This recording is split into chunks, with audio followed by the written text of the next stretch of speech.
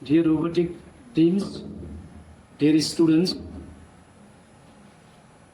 यस्तो किसिमको प्रोग्रामहरूले real science के हो भन्ने कुराहरू तिमीलाई रिफ्लेक्ट गरोस् भनेर this program was really organized specially for you. This means this is one of the best learning platform for you people. This means very young and smart peoples learning platform. यस कारणले यो organise गरेको हो. त्यसै कारणले मैले के भन्छु भनेपछि तिमीलाई कुनै विषयमा डाउट छ, कन्फ्युजन छ भनेपछि यु क्यान आस्क क्वेसन.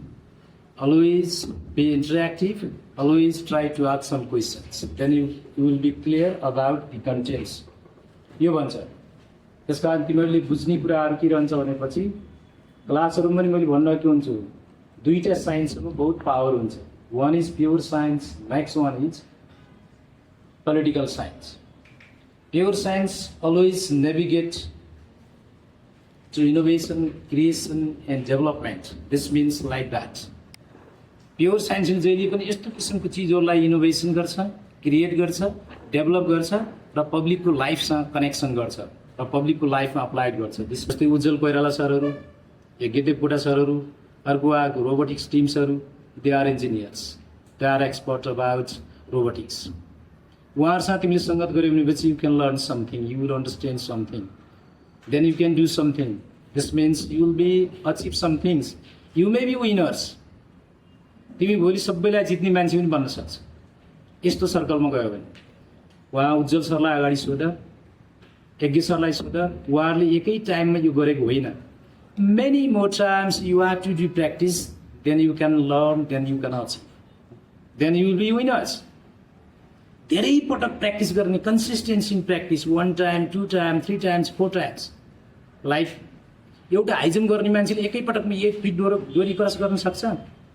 उसले फर्स्टमा 3 फिटबाट स्टार्ट गर्छ, 2 इन्ची बढाउँछ, 3 इन्ची बढाउँछ, 4 इन्ची, 5 इन्ची, यस्तै बढाउँदै जाने बेला उसले चाहिँ 8 फिट डोरी क्रस गर्छ. आफ्नो हाइटभन्दा 1 फिट माथि जम्प गर्न सक्छ, हाई जम्प हो. लर्निङ पनि त्यही हो.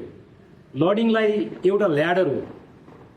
थोरै प्र्याक्टिस गर्ने, फेरि प्र्याक्टिस गर्ने, फेरि प्र्याक्टिस गर्ने गऱ्यो भने तिमीहरूले राम्रो गर्न सक्छ.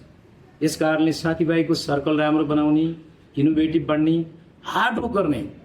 एकै पटकमा केही चिज आउँदैन, हार्डवर्क गर्ने. यो तिमीले थाहा पाउनु. साइन्स टेक्नोलोजीको चाहिँ माहौल हो. आज आकाश सबैले उडेको कसले गर्दा? सोसियोलोजी पढेर भएको, संस्कृति पढेर भएको होइन. यो कुरा बुझ्ने तिमीहरू जस्तै मान्छेहरूले इनोभेटिभ किसिमले थिङ्क गरेर यस्तो लेभलको इनोभेटिभ वे आइरहेछ. आज तिमीलाई मार्केटमा थाहा छ रोबोटिक्सको कुराहरू तिमीले धेरै गर्छौ. केही कुराहरू सरले स्याम्पलिङ तिमीलाई डेमो गर्नुपर्छ. अटोमेसन लर्निङका कुराहरू गरिरहेछ, एलएलएमको कुराहरू गरिरहेको छ. तिमीले चाहिँ यस्तै थुप्रै चिजहरूको कुराहरू चाहिँ इनोभेसन भइरहेछ. जस्तै न्यानो टेक्नोलोजीको कुराहरू आइरहेछ. होइन, न्यानो टेक्नोलोजी भन्ने थाहा छ तिमीहरूलाई? अगमेन्टेड रियालिटीको कुरा आइरहेछ. तिमीहरू थाहा छ यो क्लासरुममा छ, अब युएसको हार्वर्डमा सिधै त्यहाँको पनि अनलाइन र हामी पनि अनलाइन भयौँ, सिधै त्यहाँ गएर क्लासमा बस्न मिल्छ, त्यहाँ इन्ट्रेक्सन गर्न मिल्छ. यसो अफलाइन गयो भने we people are in Kathmandu city, they are in New York र मासाचुसेट्स युनिभर्सिटी, त्यहाँ पुगिन्छ. यस्ता किसिमको टेक्नोलोजी आइरहेछ. न्यानो टेक्नोलोजी भनेको सानो एउटा टेक्नोलोजी हो. यस चिजले हेरेपछि सिधै मान्छेको कहाँ घाउ छ त्यसलाई जुटुक्क निकालेर दिनु.